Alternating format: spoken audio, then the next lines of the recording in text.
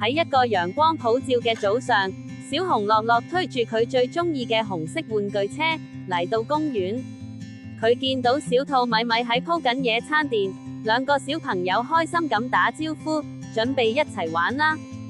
玩得開心之際，小兔米米伸手想換樂樂嘅玩具車，不過小熊樂樂即刻抱實架車，皺起眉頭話唔得，呢架係我嘅。米米聽到之後，表情即刻變得好失落。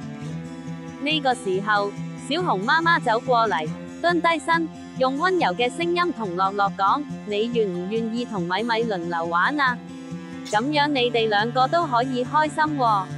樂樂聽完之後，諗咗一陣，點點頭，將玩具車遞俾米米，話：你換5分鐘，之後到我啦。米米開心咁接過玩具車，兩個人又再笑返啦。玩完之後，米米拎出一本繪本，話：而家我讀故事俾你聽啦。佢哋坐喺大樹下，一齊睇書，享受分享嘅快樂時光。唔止咁，其他小動物朋友都加入咗，大家一齊輪流玩玩具、睇書、玩遊戲，成個公園都充滿咗笑聲。喺呢個溫馨嘅故事入面，小熊媽媽用咗幾個非常有效嘅心理學技巧，幫助小朋友學習點樣處理衝突、建立同理心，仲可以促進佢哋嘅社交發展。以下我哋逐一講解。首先，小熊媽媽用咗一種叫做溫和但堅定嘅教養方式。佢冇鬧小朋友，冇話你唔可以咁自私，反而係蹲低身，用溫柔嘅語氣話：你願唔願意同米米輪流玩啊？呢種方式係源自正向教養理論，強調尊重孩子，同時又清楚表達期望。咁樣，小朋友會覺得自己被理解，又唔會覺得被逼迫，更容易接受建議。第二，小熊媽媽展現咗情緒共感，佢冇即刻話樂樂唔啱，而係理解佢唔想分享嘅情緒。其實，細路仔喺學習分享之前，係會經歷一段佔有期，覺得啲嘢係自己嘅就唔想俾人攞。媽媽冇否定呢種感覺，而係溫柔咁引導佢揾到一個雙贏嘅方法。呢種做法係幫助小朋友建立情緒智力 EQ 嘅重要一步。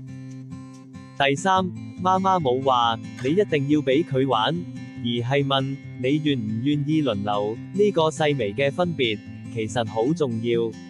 根據自我決定理論 （Self-Determination Theory），當小朋友有選擇權，佢哋會更有動力去合作。俾選擇唔代表放任，而係尊重佢哋嘅決定能力，令佢哋更願意參與。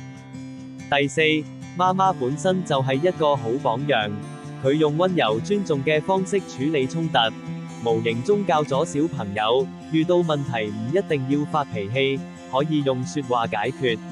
根據社會學習理論 （Social Learning Theory），細路仔會透過觀察大人嚟學習行為。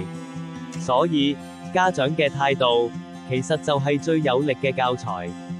最後，當樂樂願意輪流玩，米米開心咁接過玩具，兩個人一齊玩得好開心。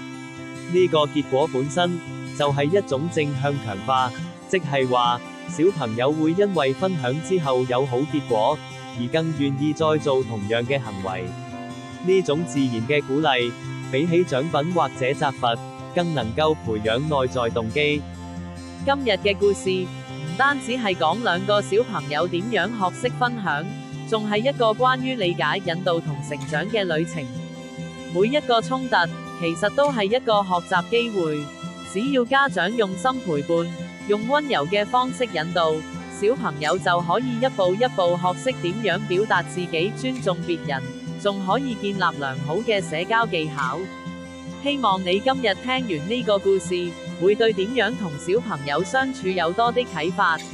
如果你鍾意呢個內容，記得 like、share 或者留言話俾我哋知你最欣賞邊一幕。多謝你收睇，我哋下次再見啦。